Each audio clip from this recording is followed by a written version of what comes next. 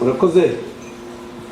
Ndagira ngo mbashimire yuko mwitabiriye iki kiganiro tugiye kugirana mu kirebana na gahunda yo kwibuka Jenoside yakorewe Abatutsi ku nshuro ya 31. Ni gahunda imaze iminsi itegurwa, hari ibikorwa biyibanziriza byatangiye. Kimwe muri byo mushobora kuba mwaranakurikiranye ni igikorwa cyigisha urubyiruko amateka hose mu gihugu. Urubyiruko kumenya amateka yawe, ni igikorwa cyakorewe mu ntara zose, kigahuza rero urubyiruko rw'izo ntara. Birumvikana ko bose batashoboraga kugikurikira, ariko imirenge yose yagiye yohereza abayihagarariye, abahawe rero ibyo biganiro nabo bakajya guhugura abandi mu midugudu no mu bigo aho bakorera. Hanyuma mu bikorwa bibanziriza igikorwa cyo kwibuka nyirizina, ndavuga ibinini, hari inama mpuzamahanga izaba ku itariki 6. Ubu ngubu turayitegura. Inama izabera muri Kigali Convention KCC. Ubwo namwe muzaze kwikurikira. Ni inama izaganira ku rugendo rumaze gukorwa mu myaka 31 Jenoside yakorewe Abatutsi ihagaritswe, inasuzuma ibimaze kugerwaho mu rwego rwo guhangana n'ingengabitekerezo ya Jenoside, ipfobya n'ihakana rya Jenoside yakorewe Abatutsi no kubaka igihugu muri rusange, ariko no kureba ahakiri imbogamizi zishingiye ku mateka, zishingiye kuri Jenoside, haba mu Rwanda nyirizina, haba mu mahanga. Iyo nama izabiganiraho, inatanga icyerekezo n'imyanzuro y'ibikwiye kwibandwaho mu minsi izaza. Ku itariki 7 murabizi niho n'umuryango w'abibumbye wemeje ko ari umunsi mpuzamahanga wo kuzirikana kuri Jenoside yakorewe Abatutsi mu Rwanda muri 1994. Igikorwa rero kizakorwa mu bice bitatu. Kizabera cyambere mu midugudu yose guhera mu gitondo saa 3. Abaturage bakaba bari mu midugudu yabo bagahabwa ikiganiro cyamaze koherezwa, ubu kirahari, zego ziragifite. Hanyuma hakaba n'igikorwa ku rwego rw'igihugu kizabera ku rwibutso rwa Kigali rwa Gisozi. Kizatangira mu gitondo, kibanzirizwe no gushyira indabo ku mva zishyinguyemo imibiri y'Abatutsi bishwe muri Jenoside. Icyo gikorwa kizanarangwa no buhamya nk'uko bisanzwe bigenda, ikiganiro, ariko habemo n'ubutumwa bw'umunsi. Ubutumwa bw'umunsi rero bwo buzanakurikiranwa no kuri za radio na televiziyo, bukagezwa ku Banyarwanda, ku nshuti z'u Rwanda no mu mahanga yose. Nyuma ya saa 6 harateganywa kuzakorwa urugendo rwo kwibuka. Niba imvura ikirere kitwemereye, haba igihe imvura igwa, ubwo tuzareba uko meteo bimeze, ariko niba ikirere kitwemereye tuzakora urugendo ruzaba rurimo urubyiruko kuva ku nteko ishinga amategeko kugeza kuri BK Arena. Hanyuma urwo rugendo rwo kwibuka ruzakorwa mu ituze. Urugendo buriya ruba rugamije kuzirikana n'ubundi urugendo Abatutsi bakoreshejwe bicwa. Hari ababanje gukoreshwa urugendo rubi mu buryo butandukanye. N'icyo urwo rugendo rumaze rugamije kwibutsa. Hanyuma tuzakora rero umugoroba w'ikiriyo. Umugoroba w'ikiriyo nawo ukazarangwamo no kugaragaza ubutumwa, hazemo n'ubuhamya, ariko hazemo no kuzirikana abishwe nk'uko bigenda n'ubundi mu kiriyo cyose. Murabizi ni umuco nyarwanda. Iyo mpamvu ikiriyo tunagikora nuko mu muco nyarwanda murabizi n'ubundi n'uwitabye Imana mu buryo busanzwe nawe akorerwa imihango ya kinyarwanda, kwera, kwirabura, gaherekezwa, kavuga ibigwi byamuranze. Abishwe muri Jenoside rero ntibigeze bagira amahirwe yo guherekezwa gutyo.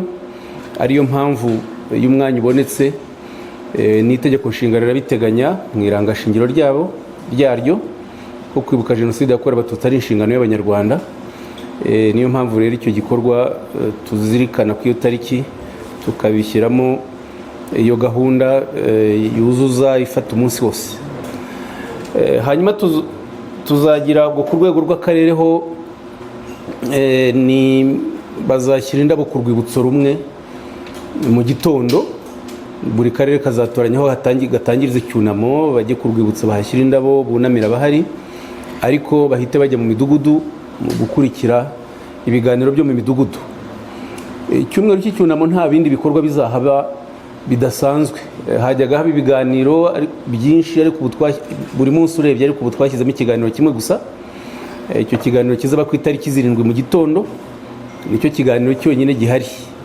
Ni ikiganiro cyuzuye, ubutumwa burimo burahagije ku buryo abaturage nibabukurikira bazavanamo isomo ry'ubumenyi, ariko nuko bashobora kwitwara, bagomba kwitwara muri iyo minsi.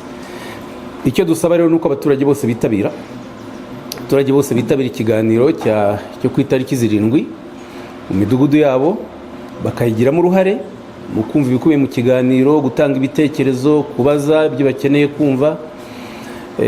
Hanyuma hakabaho no kwegera abacitse ku icumu mu buryo bwo kubakomeza. Turifuza rero yuko bikorwa neza. Ubwo ikindi twagiye tubona rimwe na rimwe ibibazo by'abantu bafungura utubari mu gitondo. Utubari ntabwo twemewe mu gitondo ku itariki 7 kuzageza igihe igikorwa kizaba kibera ku rwibutso rwa Kigali kizaba kirangiye. Ubwo ni nyuma ya saa sita. Nyuma ya saa sita abantu bashobora gukora imirimo yabo yose, igihe ibiganiro bizaba birangiye no kuganira byakorwa. Ariko ndanibutsa yuko mu cyumweru cy'icyunamo itegeko rigenga igikorwa cyo kwibuka riteganya yuko mu cyumweru cy'icyunamo ibikorwa byo kwishimisha bihagarikwa, bikorwa mu buryo bwa rusange. Ni ukuvuga nk'imikino y'umupira n'indi mikino yose igamije kwishimisha gusa, ubukwe n'ibindi. Ibyo ntabwo bikorwa, itegeko rirabiteganya ko bitemewe. Ariko imyitozo ngororamubiri umuntu akora ku giti cye, iyo ngiyo irakorwa igamije kubungabunga ubuzima bw'abantu. Hanyuma muri icyo cyumweru cy'icyunamo dufitemo n'ibindi bikorwa bizakomeza. Ni ukuvuga hari ahagomba gushyingurwa abantu, imibiri yabonetse izashyingurwa aho basanzwe bibuka ku matariki abantu biciwe, nabyo bizakorwa muri icyo gihe cy'iminsi 7, ariko binakomeze kugeza ku itariki 3 Nyakanga, aribwo iminsi yo kwibuka isozwa, hakurikiraho itariki 4 ari wo munsi wo kwibohora ku gihugu. Muri rusange nuko biteye, nuko biteguwe. Ikindi rero dushishikariza abaturage, ariko byo binakorwa mu iteka ryose, ni ukwibutsa yuko imvugo, ibikorwa biganisha ku cyaha cya jenoside n'ingengabitekerezo yayo bihanirwa, bibujijwe igihe cyose kuko biri mu itegeko. Ariko by'umwihariko mu gihe cyo kwibuka usanga hari igihe bizamuka bikiyongera. Abantu rero bagomba kubyirinda, bakumva yuko kubaka ubumwe bw'Abanyarwanda ari cyo cyerekezo, niyo mahitamo y'u Rwanda. Abafite ipfobya n'ihakana rya jenoside yakorewe Abatutsi, abakora n'ibindi bikorwa by'ingengabitekerezo ya jenoside, abo bose bazakurikiranwa n'inzego zibishinzwe. Icyiza rero ni ukubireka, icyiza ni ukwitabira gahunda uko zimeze. Ndumva ishusho ngiyo mu buryo bwa rusange. Hasigaye nabaha umwanya kugira ngo mubaze ibibazo cyangwa se n'ibindi bitekerezo bikeneye gusobanuka kurushaho. Murakoze. Honorable Minister. Tugiye kugira iminota 30 yo kubaza ibibazo no kubisubiza. Turagira ngo buri ubaza avuge amazina ye, ikinyamakuru akorera, abaza ikibazo arasa ku ntego.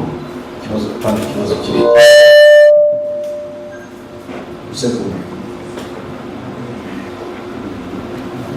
murakoze cyane nyakubahwa minisita. Nitwa Ntambaraga Yago, ni umunyamakuru wa Radio 10 na TV 10.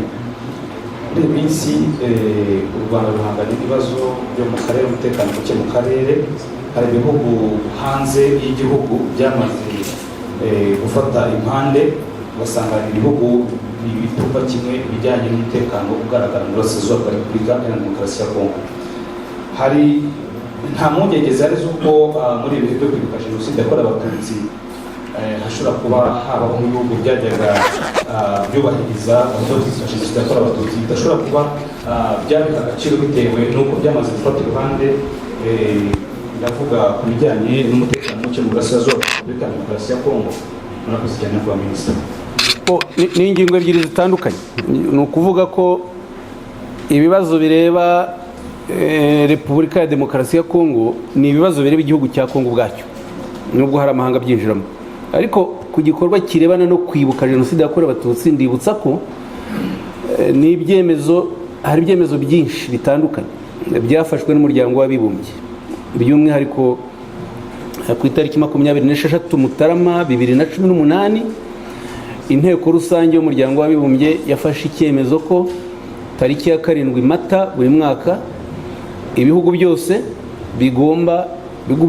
bigize umuryango w'abibumbye bigomba kwibuka, kuzirikana Jenoside yakorewe Abatutsi mu Rwanda.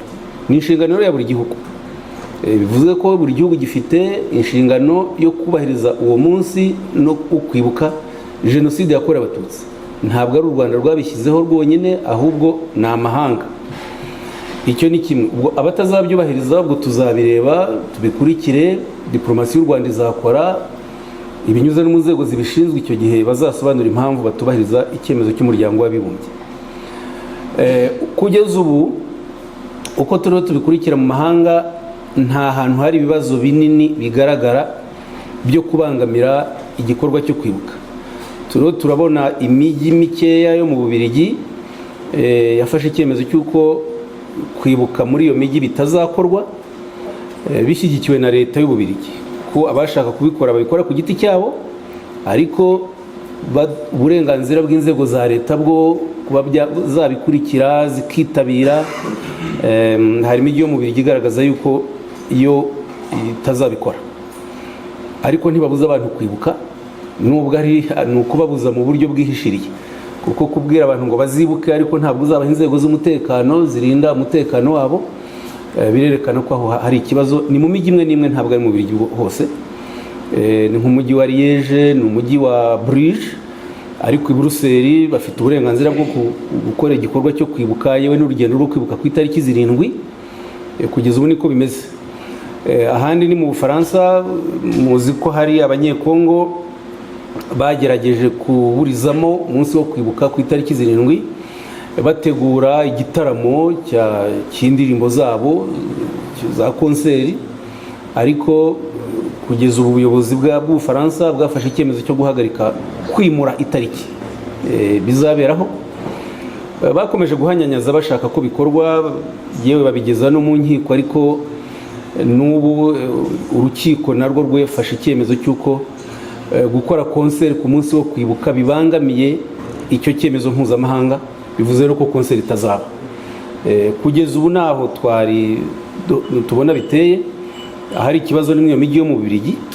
Binagaragara yuko Ububiligi ubundi bwagombye no gufata icyemezo ku rwego rwa guverinoma kwemera ko mu mijyi yose ibyo bikorwa.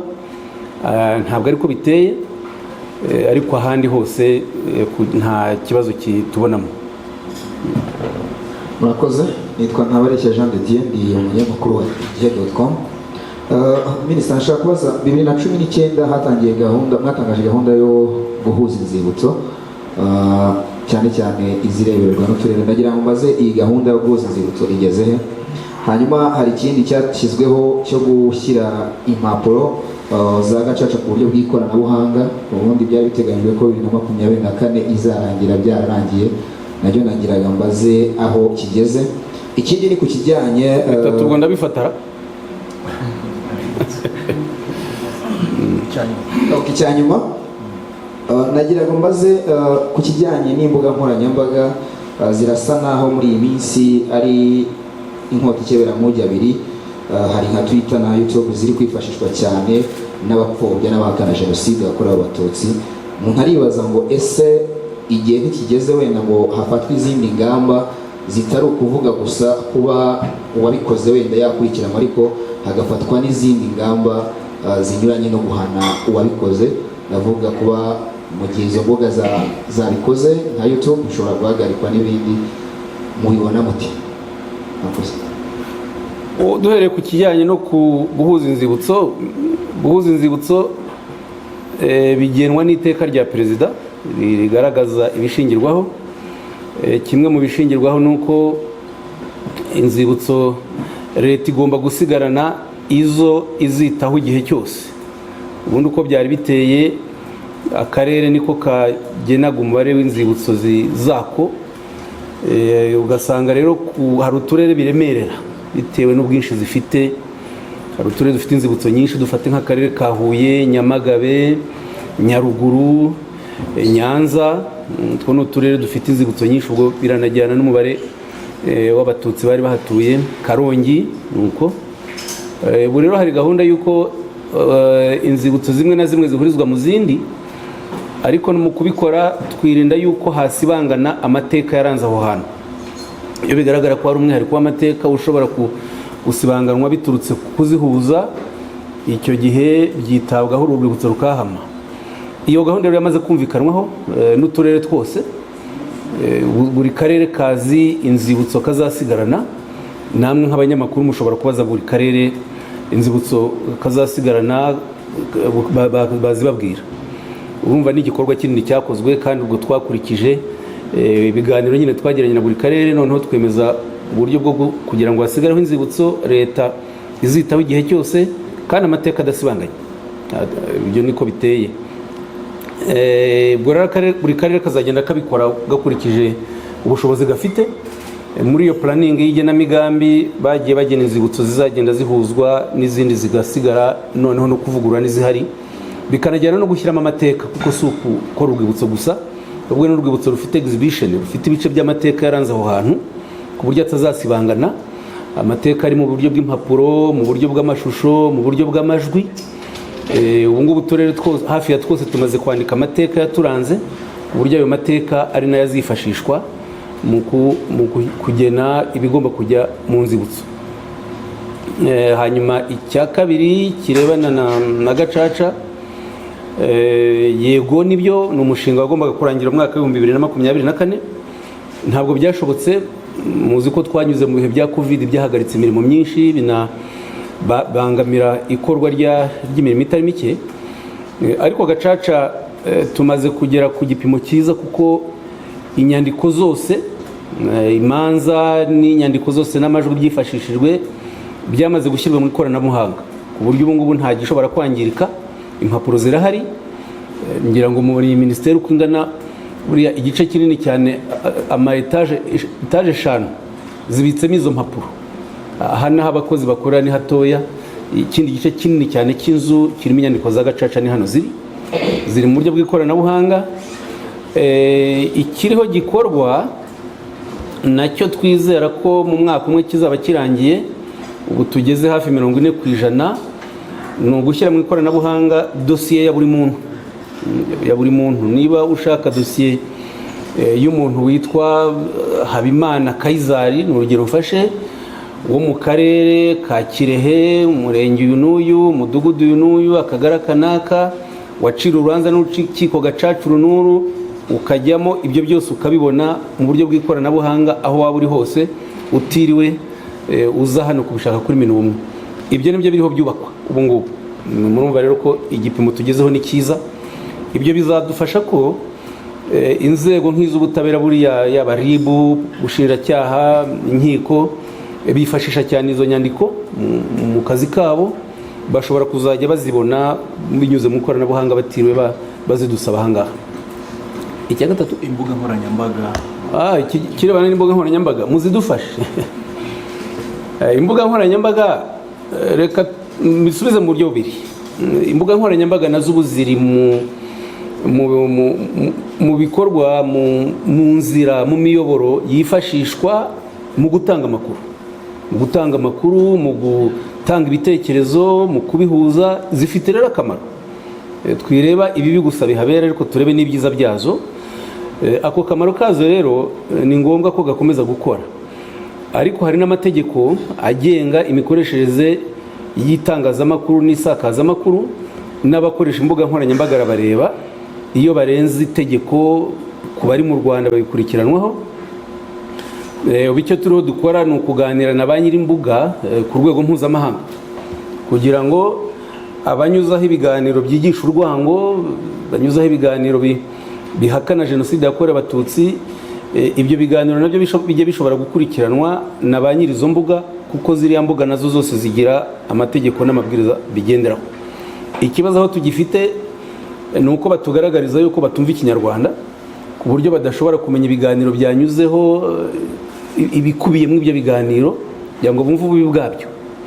Icyo rero cyafasha cyane abazikoresha, abakoresha YouTube, abakoresha Facebook n'abandi, kuko urwango banyuzaho ntabwo ba nyir'imbuga barumenya. Murumva rero natwe bidusaba ubushobozi guhindura mu Kinyarwanda izo mvugo zose, ibiganiro batanga buri munsi kwa ayo mashene yose. Ntabwo ari ikintu cyoroshye, ariko tuzakomeza kubikoraho kugira ngo ibiganiro byigisha urwango, hari ababigize inzira y'amaramuko. Tuzakomeza gukorana na ba nyir'izo mbuga kugira ngo bakurikiranwe bitabujije abantu gutanga ibitekerezo byabo, kuko gutanga ibitekerezo ni ikintu na leta y'u Rwanda yemera, biri mu itegeko nshinga. Ariko ibitekerezo byigisha urwango biba byabaye icyaha, ibitekerezo bipfobya bihakana jenoside yakorewe Abatutsi biba byabaye icyaha. Icyo gihe rero ntabwo bigomba kwihanganirwa, iyo nzira niyo igomba gukoreshwa. Ariko ikindi nanashishikariza abanyarwanda nabo ni ukumenya gukoresha imbuga neza. Abantu bajya ku mbuga nkoranyambaga bagatukana, basanga hari ibibazo bifitiye bo muri bo, bagiye kubijyana mu gutukana. Nanjye barantuka, ariko kuntuka byo ni uguta igihe, nta ntege binca. Ahubwo ni ngombwa gukoresha neza imbuga nkoranyambaga, ukavuga ibitekerezo byawe, cyaba ari ikibazo ukakibaza. Ushobora kutemeranya n'undi muntu, ibyo birasanzwe, ariko gukoresha imbuga nkoranyambaga abantu batukana, tunabyumvikaneho ko abanyarwanda ntibiri mu muco wacu. Mu muco nyarwanda ntihabaho nko gutukana, habaho kubahana, habaho kwizerana. Dufatanye rero namwe abanyamakuru kwigisha abantu uko imbuga zikoreshwa. Byaraboroheye guhimba amazina umuntu adafite akashyiraho ibitekerezo bye bibi. Nge nizera ko uko imyaka izagenda ihita, urubyiruko rwacu ruzageraho biriya bakabirenga, bakamenyera nyine ko gukoresha imbuga nkoranyambaga ni nko guhura n'umuntu mu nzira ukamubwira wiriwe, waramutse, urahura muke, bitajyanye no kwisha inyuma y'iryo zina rindi ugatukana. Ndumva ari icyo nabisubizaho, ariko nongeraho ko abazazikoresha n'abazikoresha mu buryo bw'icyaha gikorewe ku butaka bw'u Rwanda, yewe n'igikorewe mu bihugu bindi bihana icyaha cy'ipfobya n'ihakana rya jenoside yakorewe Abatutsi, inzego zibishinzwe zizabakurikirana. Murakoze nyakubahwa Minisita. Nitwa Mutoni Brenda, nkorera ikinyamakuru Izuba Radio na TV. Ikibazo mfite najya mbabaze ku bijyanye n'ubumwe bw'Abanyarwanda hagati y'abakoze jenoside yakorewe Abatutsi ndetse n'abayikorewe. Hari abaturage tumaze iminsi mike mbiye kuganiriza mu karere ka Gatsibo. Umwe mu bakecuru arambwira ati njyewe kugeza ubu ndacyafite impungenge muye n'uwanyiciye umuryango kanicira abana, iyo anyuze ahanyura mba numva ntashaka no guhuza nawe amaso. Nagira ngo mbabaze n'inzego za leta, ese ubumwe bw'Abanyarwanda bugeze ku kigero kingana gute? Ni iki mwabwira abababariwe barakoze jenoside ndetse n'abayikorewe mu buryo bwo kubahuza ndetse no kubana neza nk'Abanyarwanda? Inama mwatanga cyangwa ubutumwa mwabaha ku bagifite iyo myumvire yo kumva ko uwamwiciye adakwiye kumusuhuza, adakwiye kumusaba amazi, ndetse n'uwayikorewe kuba yumva atatanga imbabazi? Ni iki mwabivuga nyakubahwa Minisitiri? Mwakoze. Ikirebana n'ubumwe bw'Abanyarwanda, tumaze kugera ku rugendo rwiza. Muzi ko buri myaka 5 leta ikora ubushakashatsi bugamije kureba ishusho y'ubumwe n'ubudaheranwa bw'Abanyarwanda aho igeze. Ubushakashatsi buheruka bwakozwe muri 2020 birumvikana ko bumaze imyaka 5. ubwo bushakashatsi bwerekanaga ko igipimo kigeze kuri 94.7%. ubu ngubu rero turiho turasoza ubushakashatsi bw'imyaka 5 ishize kuva 2020 kugeza 2025 buriho burasozwa. Bw'igihe nikigera natwe twaburangije tuzabatumira tubagaragariza ibyavuyemo, ariko nta mpungenge dufite yuko byaba biri ku gipimo cyiza, binashingiwe n'izindi nyigo zigenda zibigaragaza, binashingiwe n'uko namwe mubona abanyarwanda babanye nta byacitse bihari ku buryo hari impungenge zaba zihari. Ikibazo uvuga kirebana n'abacitse ku icumu bamwe bagifite ibikomere, kuko naho biri, bagifite ibikomere byo kwikanga, yo kudatinyuka kwegera kuvugana n'uwakoze jenoside, yaba yararangije igihano cye cyangwa se ataranakurikiranwe, kuko nabyo birashoboka. Hari n'abo dusanga batarakurikiranywe, icyo gihe inzego zikabijyamo, bamwe batari bahari cyangwa hari ibyaha bakoze bitaramenyekanye. Ibisubizo ni bibiri. Icya mbere ni uko kubabarira ntabwo ari itegeko. Ntabwo wategeka umuntu kubabarira igihe we yumva atarabyakira, ariko itegeko ni uko buri wese agomba kubaha uburenganzira bw'undi bwo kubaho, umutekano we, ibyo ni itegeko. Ariko ubishoboye akababarira nabyo ni byiza, kuko haba igihe ushobora gutegeka umuntu kubabarira. Hari n'amadini ndetse n'imiryango itari ya leta ihuza abacitse ku icumu n'ababiciye. Ibyo bikorwa turabishyigikira, ariko tukanasaba ibigomba kwitabwaho kugira ngo umuntu utanze imbabazi atazitanga ku gahato, cyangwa atazitanga kubera ko hari impano bamuhaye bikaba nko kuzigura. Atanga imbabazi yumva koko zimuvuye ku mutima, yumva koko yemeye ubusabe bw'uwakoze icyaha, akaba yemeye gutera intambwe yo kumubabarira. Ariko ikijyanye n'uko bagomba kubana, ibyo byo ni itegeko, ni inshingano, bagomba kubana, nta muntu ugomba gusagarira undi. Dukomeza rero no kubigisha kugira ngo bakore urwo rugendo rwo kwakira ibyaha bakorewe. Abakoze jenoside nabo bakakira uburemere n'ubukana bw'icyaha bakoze. Niyo mpamvu hari n'imvugo zimwe na zimwe dukosora, nko kuvuga, usanga benshi bavuga ngo gusaba imbabazi uwo wahemukiye.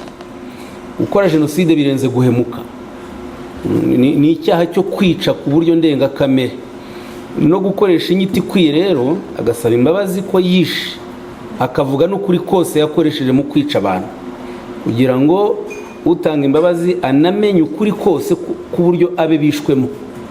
Ni icyo tubashishikariza, tunababwira. Ubu twanashyizeho gahunda yihariye imaze ukwezi, iteye ku buryo abagororwa bahamijwe icyaha cya jenoside bashigaje amezi 3 ngo barangize igihano bahawe, tubahuriza hamwe mu karere ka Nyamasheke, noneho bakaganirizwa, bagahabwa ibiganiro byihariye n'inzego zitandukanye.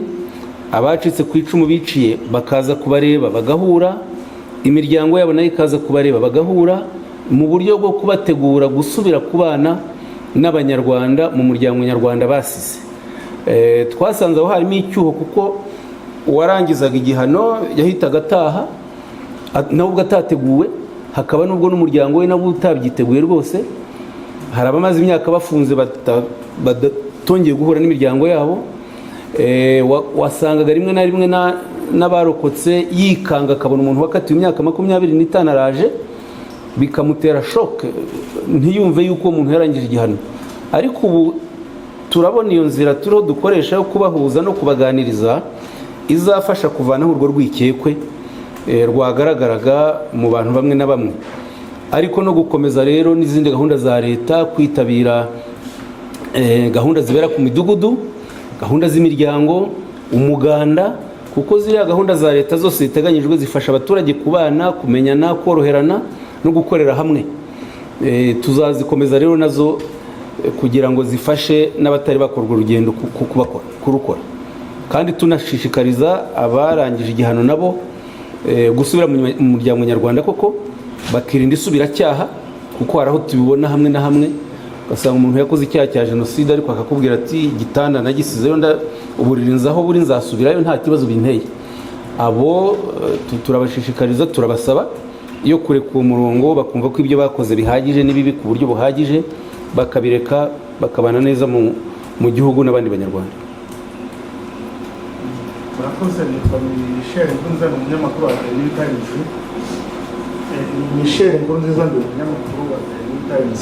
2018 i Kabuga haje inkuru shocking aho imibiri yabonetse, abantu batangira bazi ngo ni mike, ariko ndakeka ko yaje kugera mu bihumbi ijana. Ejo nabonye amakuru avuga ko umwe mu bari barahishe iyo mibiri nyuma akaza guhunga yatawe muri yombi. Nkamenya ubumwe nta mpungenge zihari ko haba hari indi mibiri myinshi, muri kubikurikirana gute? Ese amateka hari ni ayahe? Abagize uruhare baba barashyikirijwe ubutabera? Murakoze. Ntabwo dufite ububasha budasanzwe bwo kumenya aho imibiri iri. Yaba twari dufite ubwo bubasha budasanzwe twayibona, twayishaka.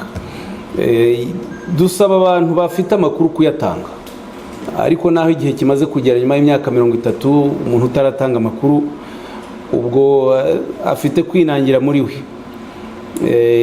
Imibiri akenshi iboneka kubera ko hari ibikorwa remezo byahakorewe, ariko hari n'abake amakuru bakiyatanga, nabwo imibiri igashakwa.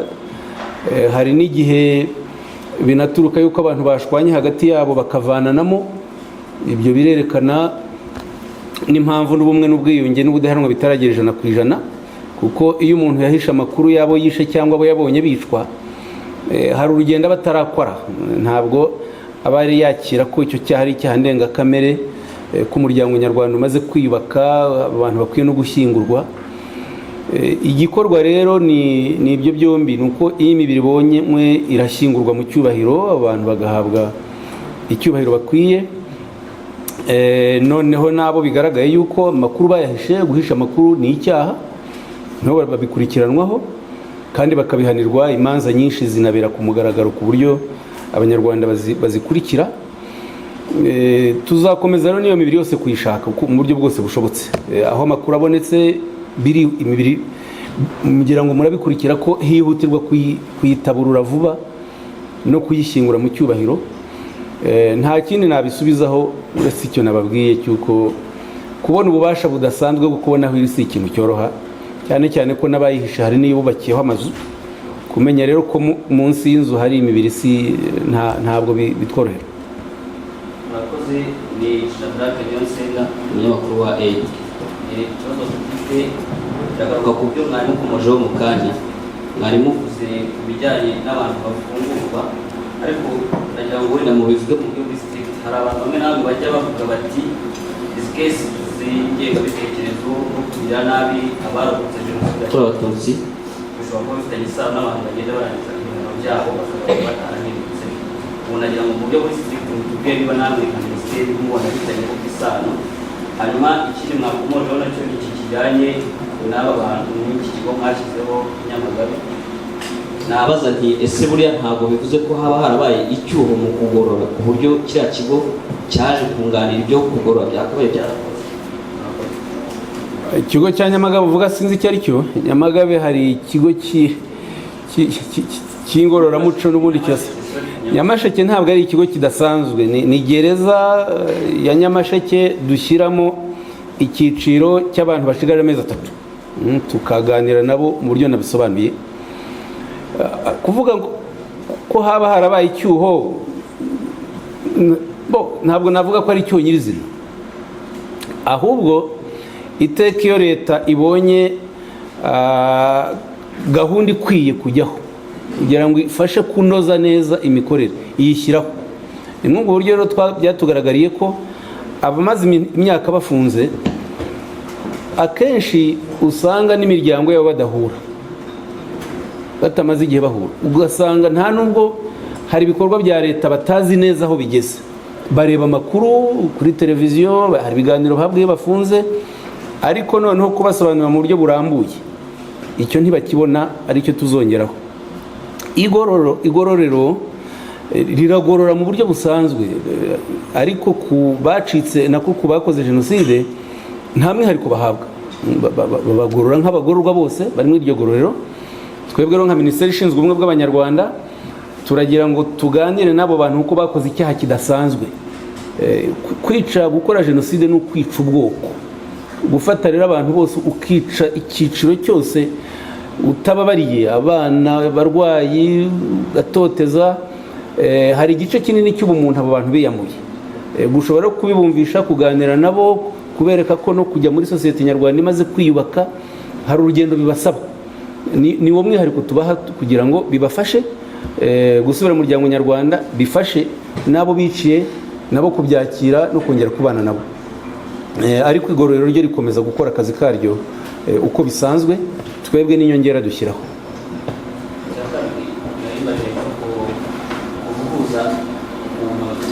Oya, ingengabitekerezo tuyisanga mu byiciro byose, ntabwo iri byanze bikunze mu bantu bari barakoze jenoside, kuko unayisanga no mu bantu banavutse nyuma na jenoside itaraba. Ibyo rero naho bituruka ko jenoside yakomotse n'ubundi ku mateka. Ayo mateka rero yigishijwemo urwango n'irondabwoko igihe kinini, kuko urebye kuva Ababiligi baza mu mwaka w'1916 niho batangiye gutandukanya abanyarwanda, bijya mu nyandiko, bijya mu masomo, bijya mu bitabo. Noneho amashyaka ya politiki aziye, Aprosoma na Parimehutu, nabo bayobora igihugu bigisha irondabwoko. Iryo rondabwoko rero hari abantu ryagiyemo ku buryo kurirekura bibavuna, bakarishyira no mu bana, bakarishyira mu bantu bato. Niyo mpamvu ubona abantu bato bakora icyo cyaha batakizi, ni amakuru ayobye y'amakosa bahabwa n'ababyeyi, bahabwa n'imiryango, bahabwa n'abaturanyi, bahabwa n'abantu bakuru. Niyo mpamvu rero kurwanya jenoside bisaba, n'ingengabitekerezo yayo bisaba ibyo byiciro byose. Ubu dufite abantu barenga 60,000 bafunguwe bararangije igihano ku cyaha cya jenoside. Abo bantu barenga 60,000 benshi cyane bashoboye kongera gusubira mu buzima bwo kubana n'abanyarwanda, nta subiracyaha bakoze. Iyo rero hagize umwe, babiri, batatu wongera akagaruka mu icyo cyaha, ni bakeya baba barananiranye. Ariko rwose mbemeze ko nshingiye no kwiyo mibare mbahaye, kuva muri 1994 jenoside ikimara guhagarikwa, abantu bakatiwe ku cyaha cya jenoside barenga 60,000 basubiye barangije ibihano, baba bakoze tinje, baba bakoze gereza, ubu bari mu ngo zabo barakora. Hari n'abicujije rwose banatanga ubuhamya, bamaze no kwiteza imbere, bari mu bikorwa biteza imbere igihugu. Iyo nayo ni ishusho akenshi abantu batareba, ariko nyamara igaragaza neza igipimo cy'imibanire abanyarwanda tumaze kugeraho. Naho abisubiracyaha bo ni no kubabwira ko bakwiye kubireka, kuko usubiye mw'icyo cyaha aba agomba no guhabwa igihano cy'intangarugero, kuko biba bigaragaza yuko ashaka kudusubiza inyuma, kandi si byo aho tugeze. Murakoze Minisita. Nitwa Umukazana Germaine, ni umunyamakuru wa Kigali Today na Ketu Radio. Mfite ibibazo bigera kuri 2 cyangwa 3. Muri 2019 mu rwibutso rwa jenoside rwa Murambi hatangijwe gahunda yo kubungabunga imibiri mu buryo bwa gihanga. Se iyi gahunda ubu ngubu bigeze he? Nyuma yo gushyirwa mu mirage y'isi, hari ibindi bidasanzwe biteganywa gukorwa muri uru rwibutso rwa Murambi? Ikindi ni ikijyanye no kubona aho umuntu yakura amakuru y'abantu bakora ibihangano biri fizike bijyanye no kwibuka ndetse no gusigasira amateka ya jenoside. Kubona amakuru yabo bisa nkaho bigoye. Ese amategeko agenga ibi bihangano byabo yo ateye ate? Imicungire y'ibyo bihangano byo bimeze bite? Murakoze. Okay. Bon, ikirebana no kubungabunga imibiri ku rwibutso rwa Murambi, ndagisubiza mu buryo bubiri. Uburyo bwa mbere ni uko ku rwibutso rwa Murambi hari igikorwa twakoranye n'Abadage muri kaminuza ya Hamburg na Berlin.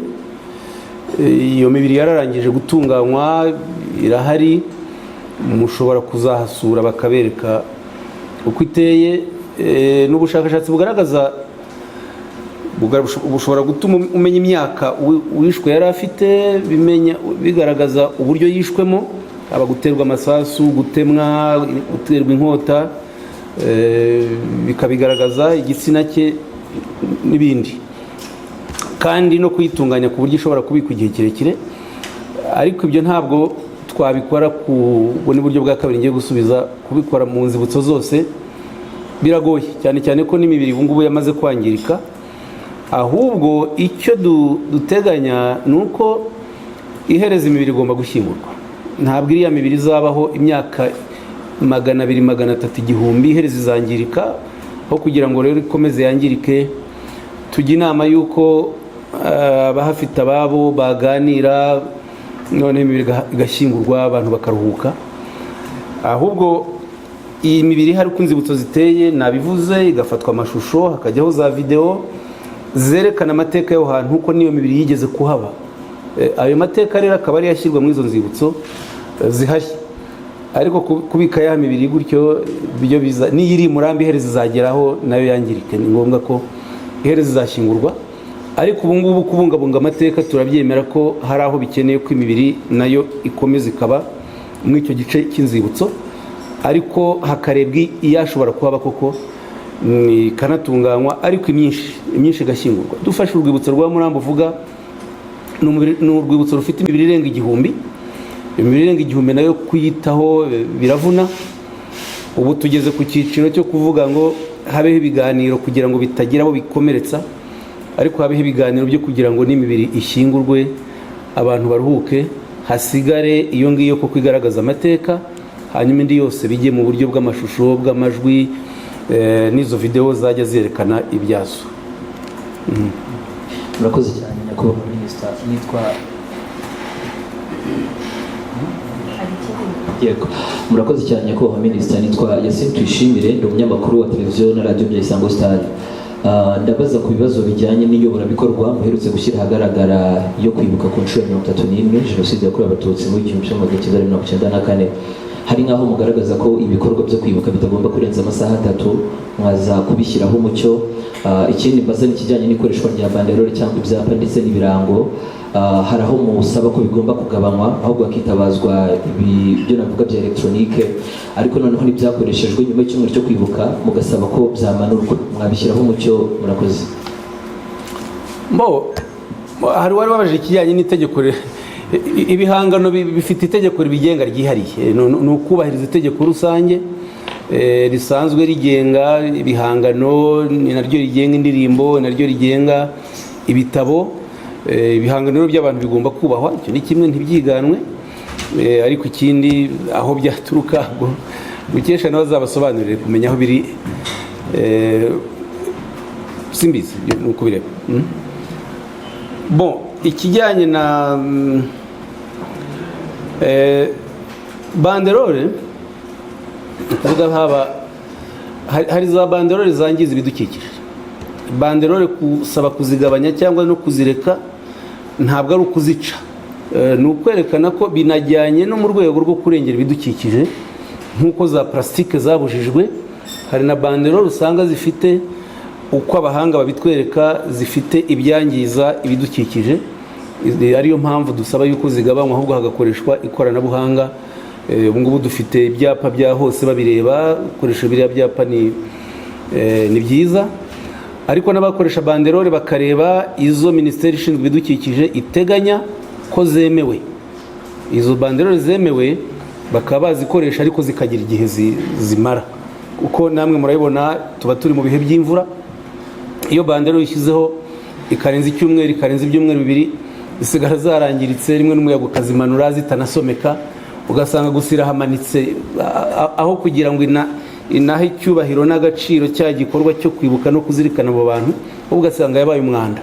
Ni muri ubwo buryo harebwe banderole zitangiza ibidukikije, kandi zikoreshwe igihe zitangiye kwangirika, abantu bazihakure.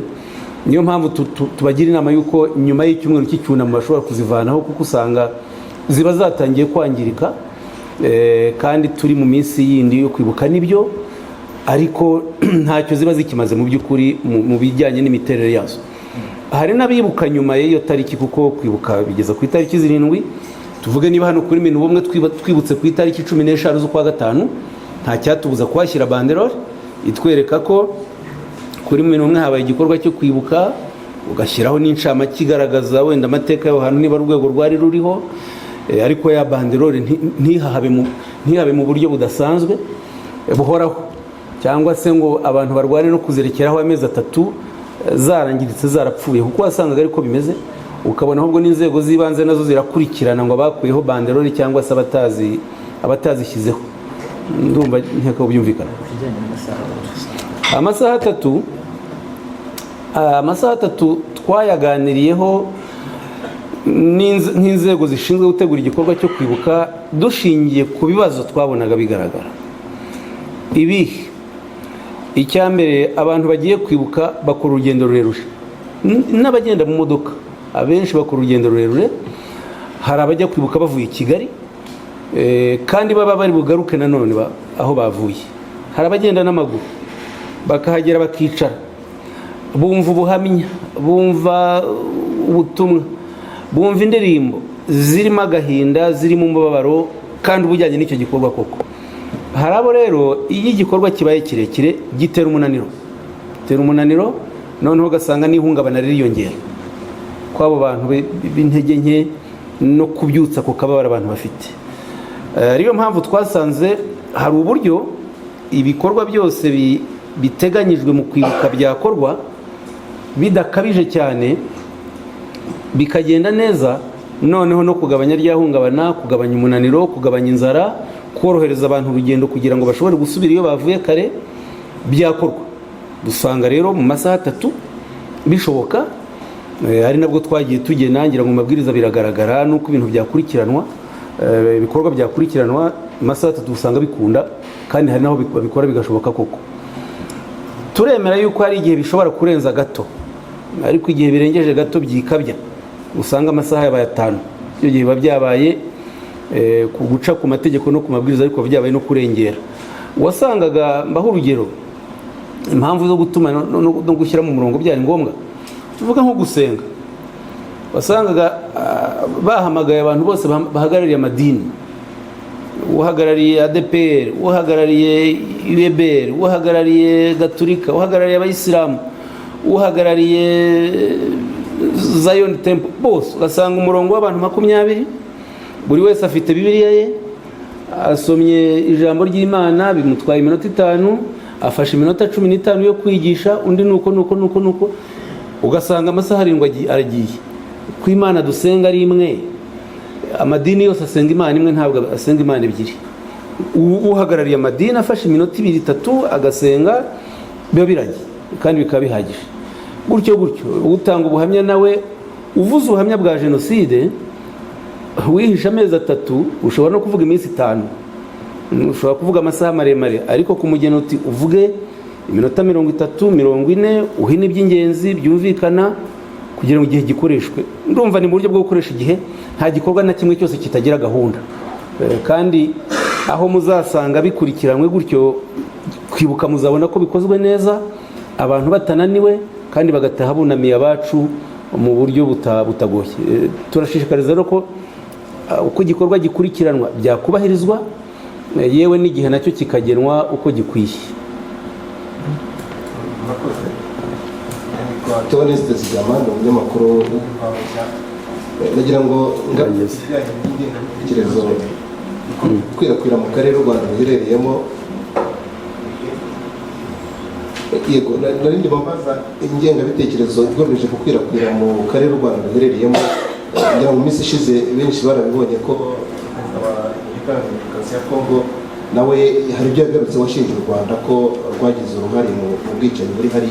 Ko twagira ngo tumenye ibintu bumwe, ibi bikorwa bifatite ni gute mu Rwanda urimo guhangana nabyo, cyane ko turimo kwitegura kwibuka ku nshuro ya 31 jenoside yakorewe Abatutsi. Ariko kandi ngaruka ku miyoborabikorwa, mwagarutse ku bijyanye n'uko hazatanga umwihariko wo kuzirikana amateka, ariko kandi no kugaragaza uburyo umuryango mpuzamahanga utigiye ku mateka ukawirengagiza bimwe muri byo, ndetse no kuba wariyemeje kurandura umutwe wa FDLR ariko bikaba bitarakorwa. Ubwo twagira ngo twumve icyo bimwe ivuga kuri ibyo ngibyo. Murakoze. Ntabwo nzi icyo nakongeraho, kuko yaba nyakubahwa Perezida wa Repubulika yarabisobanuye kenshi, abisobanurira Abanyarwanda, yaba mugenzi wanjye Minisitiri w'Ububanyi n'Amahanga n'Ubutwererane arabibabwira umunsi ku munsi. Ikibazo cya Kongo ni icya Kongo, ntabwo intambara ibera mu burasirazuba bwa Kongo si y'u Rwanda, ni ibibazo biri muri leta ya Kongo ubwayo n'abaturage bayo igomba gukemura. Kuba bitugiraho ingaruka nibyo, bitugiraho ingaruka nk'igihugu cy'abaturanyi, bitugiraho ingaruka kubera ko FDLR igizwe n'abakoze jenoside mu Rwanda bariyo. Nibyo mu byo wabajije hari ikiri cyo, kuko perezida wa Kongo aravuga ngo barashaje, hari n'abazungu bamushyigikiye nabo bavuga ngo barashaje. Mwabonye Gakwereraza, mwabonye uriya muntu ashaje ko namwe mwamubonye? Uretse na Gakwerere dufate n'imyaka bari bafite. Yewe ni ibintu nkurikira cyane, abantu benshi bakoze jenoside bari no mu bayiteguye, ni abantu bari bafite hagati y'imyaka 28 na 40. Bivuze ko bari bafite 28 cyangwa n'5, n'abari bafite 30, ubu bafite 60. Abandi bafite benshi cyane bafite munsi y'imyaka 60. Ntabwo umuntu ufite munsi y'imyaka 60 ashaje iki gihe. Abo ni abari abayobozi, ariko bahunganye n'urubyiruko, bahunganye n'abana b'imyaka 5-6, baragenda babinjiza muri FDLR. Ubu nibo bamazemo no gufatamo responsabilité. Abantu b'imyaka 40 barimo, nibo bari mu nzego z'ubuyobozi, nibo bari mu nzego z'uburwanyi. FDLR hari icyo bavuga ibyo bibagiza, nuko ifite ingengabitekerezo yo gukomeza umugambi wayo, ihora rero ikora yinjizamo abashya, binjizamo urubyiruko. Bafite urubyiruko binjijemo ideoloji yabo, baninjiza mu mirwano, binjiza mu myitozo kugira ngo bakomeze iyo ngengabitekerezo yayo. Kuvuga rero ko FDLR ishaje no kwibeshya. Bahora batera, hari n'abacika bakaza bakagaruka mu Rwanda, hari no kubera ubukangurambaga bw'u Rwanda, hari abizana bakaza bakakirwa, ni abasore, ni inkumi, ni abantu batoya. Icyo rero cyo kirumvikana ko atari cyo. Mwagiye mubona n'ibitero bagiye bagaba ibitero mu karere ka Nyaruguru, mu Kinigi, aho hose. Ntabwo biriya bikorwa n'abasaza cyangwa abakecuru. Twebwe rero icyo dukora kindi ni ukugaragaza ayo makuru. Mwabonye ejo ambasaderi w'u Rwanda mu Bufaransa yitabye abadepite mu Bufaransa, arabasubiza ku bibazo babaza, n'ibinyoma bakwiza, abereka imiterere y'intambara ya Kongo nk'uko maze kuyibabwira. Twe nuko tubigenza, tuzakomeza gusobanurira amahanga ko ikibazo cya Kongo icyo twifuza natwe nuko gikemuka, u Rwanda rukagira amahoro, rukagira umutekano, Kongo nayo ikayoborwa neza, ntiduhore kandi twitirirwa ibibazo by'ibihugu byananiwe gukemura imiyoborere yabyo. Ni mu buryo. Ikibazo cya nyuma, yego, hari n'abavuze ngo barabikorwa ko umuryango mpuzamahanga uzahabwa umwihariko. Icyo nakivuze, navuze ko hari inama mpuzamahanga, n'urugero izaba ku itariki 6 izaganira kuri iyo ngingo, itagaruka gusa ku ruhare rwa vuba ahubwo n'urwa kera. Ibibazo bya jenoside yatewe n'ubukoroni. Ubukoroni nibyo no gutanya abanyarwanda, hanyuma abanyapolitike babi nabo bigishijwe n'abakoroni bakomeza uwo murongo. Ni ngombwa rero ko ayo mateka asobanurwa n'abato bakayamenya. Ku itariki 11 Mata nabwo murabizi, twibuka by'umwihariko uburyo ingabo z'umuryango w'abibumbye zatereranye abanyarwanda kandi zarabeshyaga ko zaje kubarinda. Ibyo bikaganirwaho, bikanazirikanwa. No mu muryango w'abibumbye ubwawo nabyo bagira umunsi wo kubyibuka ku itariki 7 barabizirikana. Twe tuzakora ku buryo uruhare rwa bose rugaragara. Hari urw'abanyarwanda, hari urw'umuryango w'abibumbye, hari urw'ibihugu. Ariyo mpamvu mubona ko iki gihe tudatinya kwibutsa Ububirigi amateka yabwo n'ibibazo bateye u Rwanda, nubwo bigiza nkana ku nyungu zabo zindi, ariko ukuri ntabwo ushobora kuzimangatanya. U Rwanda rero runaharanira yuko ukuri kw'amateka bayigiraho. Murakoze. Abumva hari kitabajijwe, ubundi bisubizo barabivana muri ibi byose. Murakoze. Wowe muri bibiri. Nitwa Pierre Romeo, imfura ya Ondo, umunyamakuru mu rwa Gasabo. Ikibazo ngiye kubaza, wenda bano n'abanyamakuru bagenzi banjye bamfashe, ariko urebye mu gihe cyo kwibuka ibitangazamakuru ibyinshi, urebye abanyamakuru barataha, hagasigara abatekinisiye nabo bari gucuranga indirimbo zo kwibuka. None nari ndimo nibaza niba mu nshingano za minisiteri muyoboye hari uburyo mwaba mwarigeze mushyiraho cyangwa se mutekereza ko nko mu bihe nk'ibi byo kwibuka hari uburyo wenda hari amalinki yaba avuga ku manza wenda zagiye zibera Arusha, yaba avuga kuri Gacaca, mbese n'ibindi bishobora gufasha abanyamakuru gukora content, bakaba bakora n'ibyegeranyo bakaguma mu bitangazamakuru aho kugira ngo bamwe babe bakora kandi hari ibindi bakoze cyane. Ariko aho ngaho nanjye nabibagaruraho mu mwuga wanyu. Kwibuka ni igikorwa ngarukamwaka, bikorwa buri mwaka. Abanyamakuru hajya habaho uburyo ibyo biganiro kubifata hakiri kare, kandi hari ibinyamakuru bikora. Abanyamakuru bibikora bakadusaba interview cyangwa bakadusaba n'abandi bantu bashobora kuganira nabo, ku buryo usanga iyo iminsi yo kwibuka igeze baba baramaze kuba bafite content bakoresha no muri iyo minsi yose yo kwibuka. Bisaba rero kubitegura, mwabiteguye hakiri kare, ku buryo nijoro igihe mutashye ibiganiro bijyaho, ubuhamya bujyaho, ni ukwitegura hakiri kare, kuko mutariteguye se nabwira ngo mubishake. Ariko uwabikenera twamufasha akatubwira igikenewe icyo ari cyo. Ubwo nagira ngo mbisubize mu buryo bubiri, hari ibyo twabafashamo, ariko namwe hari ukujya mwitegura hakiri kare kugira ngo mutazatungurwa cyangwa se iminsi ikagera bitari byabo. Icyo nasorezaho ku icyo nuko gufata ubuhamya bifite akamaro. Hari umuntu nabonye muri iki gihe ubikora cyane witwa Paul Gasigwa, yamaze gufata ubuhamya bwinshi cyane ashyira kuri YouTube ye, ku buryo buri munsi rwose haza ubuhamya yafashe butari bukeya. Gufata ubuhamya ni ngombwa kuko abantu turapfa ntabwo duhoraho, kandi upfuye ajyana n'ibyo afite, ibyiza n'ibibi. Usanga rero hari abatemuwe benshi beza bari bafite amakuru bitahiye, ugasanga n'ibyo bari bafite byaraducitse. Mu bizirikane nabyo, ku buryo uko amaradiyo ari menshi, uko za televiziyo ari nyinshi, uko chaîne YouTube ari nyinshi, ziyo zifasha ubwo buhamya butandukanye, binoroshya kubungabunga aya mateka tuvuga. Mwakoze, nitwa Tabara Jean de Kigali Today. Nashaka kubaza icya mbere ibijyanye n'abantu bakoze jenoside yakorewe Abatutsi ariko twashyira mu rwego rw'abacurabwenge. Ese hari ubushakashatsi bwaba bwarakozwe bugaragaza abacurabwenge ba jenoside yakorewe Abatutsi, cyangwa se n'umuntu wakora ubushakashatsi cyangwa yasoma, hari nka tipu yenda mwamubwira yakoresha akavuga ati uyu nguyu ari mu rwego rw'abacurabwenge, cyangwa uyu ni ruharwa gusa. Icya kabiri ni ikijyanye n'ahantu kijyanye n'icyo mugenzi wanjye abaje cyane, ariko ni ahantu hitwa mu murenge wa Musenyi, ahitwa Ntunga, hari mu karere ka Bugesera. Hari abaturage bavuga ko abarokotse jenoside yakorewe Abatutsi bavuga ko hari ibyobo byatawemo abantu babo, ariko noneho hakaba hacukurwa amabuye y'agaciro, ku buryo banatanga ubuhamya. Bagenzi banjye bagiyeyo kababwira ati hari uwageze ku mubiri abibwiye umukoresha we, aramubwira ati ibyo birakureba w'iki, wakomeje ugakora akazi kawe. Ubwo twagira ngo twumve wenda niba hari izindi mpungenge zo kubwo buryo mukirigura nazo zijyanye no kubona imibiri, cyangwa se n'aho yabonetse hakaba hakiri iyo resistance yo kugira ngo ibe yashyingurwa mu cyubahiro. Ariko ibyo nabivuzeho, nta pouvoir magique dufite yo kumenya aho imibiri iri, ariko haramutse hari abatanze amakuru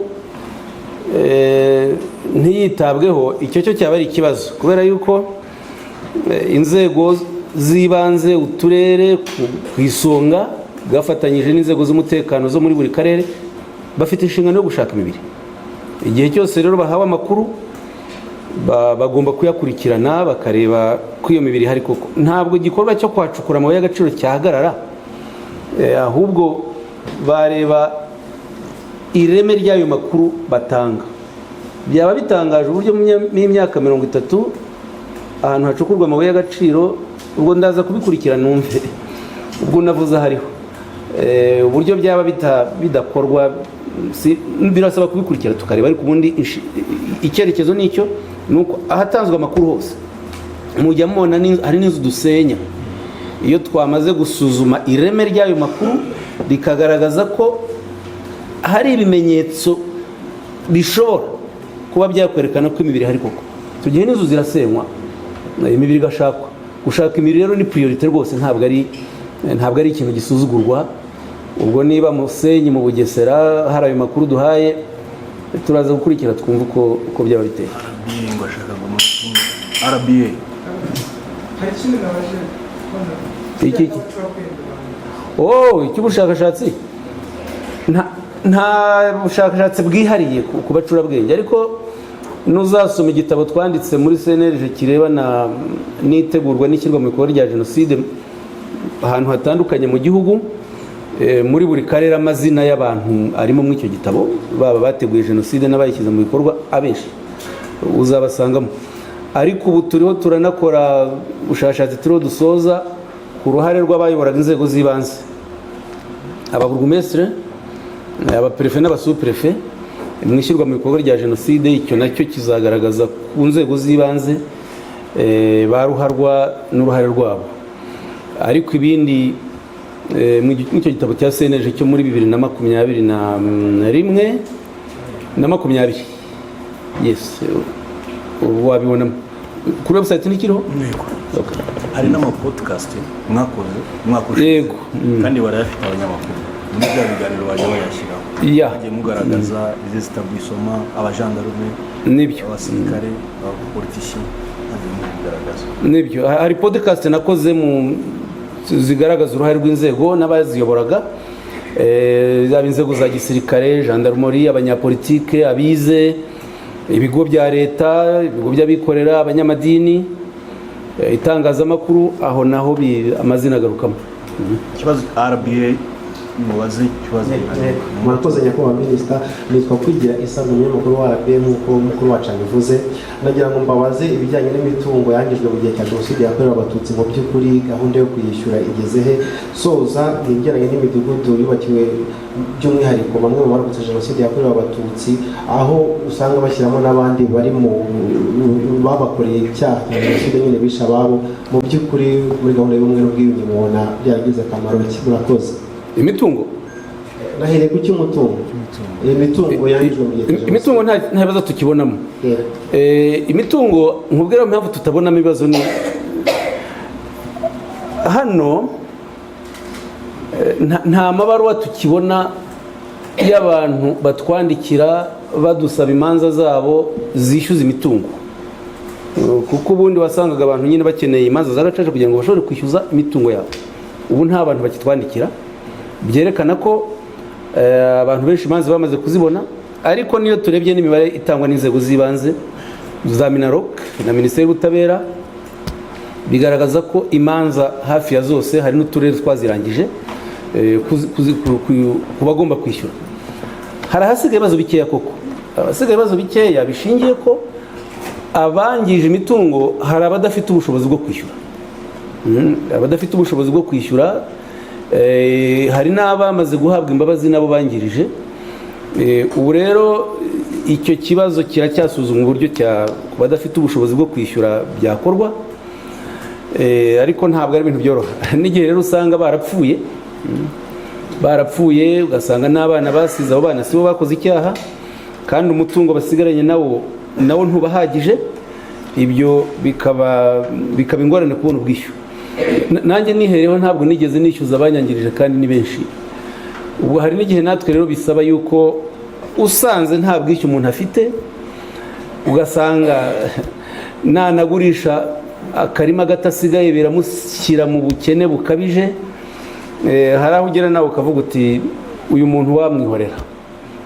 Ibyo nabyo twajya muri uwo murongo, abafite ubwishyu bakishyura koko byanze bikunze, ariko tukanareba abatabufite koko kandi ku buryo bugaragara, atari ubushake buke babifitemo, hakaba no koroherana, nta kundi byagenda, kugira ngo dushobore kurangiza icyo kibazo. Hasigaye ikindi kihe cy'imidugudu y'abacitse ku icumu tuzwamo.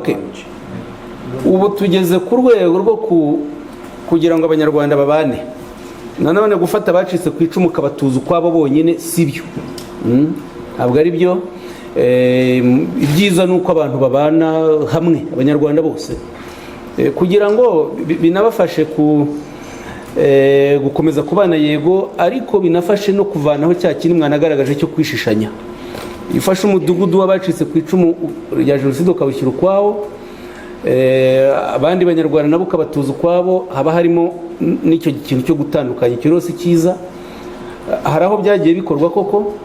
Ubu mu midugudu yubakwa iki gihe, inama dutanga, icyerekezo, umurongo ni uko abantu bubakirwa hamwe kugira ngo byoroshye kubana kw'abanyarwanda, ariko binoroshye n'umutekano wabo. Erega niyo bubakiwe ukwabo, ushaka kuba abandi bafite ingengabitekerezo ya jenoside no gushaka kujya kubatera biraborohera, ariko igihe bari hamwe n'abandi bagafatanya kurinda umutekano niko babikora.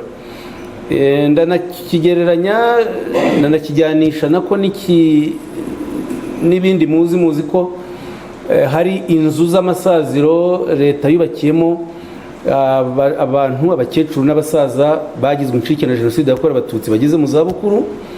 Ubu dufite inzu ya Bugesera, Rusizi, Nyanza na Huye. Izo nzu nazo ubu ngubu tushyiramo n'abandi baturage, urwo rugo rukaba urugo ruri mu mudugudu, bakagira n'ibikorwa bakorana n'abandi baturage bari aho ngaho. Ni muri icyo cyerekezo dufite cyo kutubakira icyiciro kimwe cy'abanyarwanda ukwabo, ahubwo kubahuza mu rwego rw'ubumwe, ubwiyunge n'ubudaheranwa bw'abanyarwanda. Murakoze nyakubahwa minisita. Gusa hari umunyamakuru wa Kigali Today wakomeje consiste, nagira ngo niyo muvyemeye ngira ikintu mvugaho. Ikibihangano yavuze physique, icyo muze ku kiganiro kwacyo ndumva kitari muri iyi topic ahangaha. Nta kintu nakongeraho, ahubwo nabasaba nyakubahwa minisita ko mwasezera abanyamakuru. Gusoza ni ukubashishikariza gukurikirana ibikorwa by'amateka ya jenoside, bikajya bitangazwaho inkuru.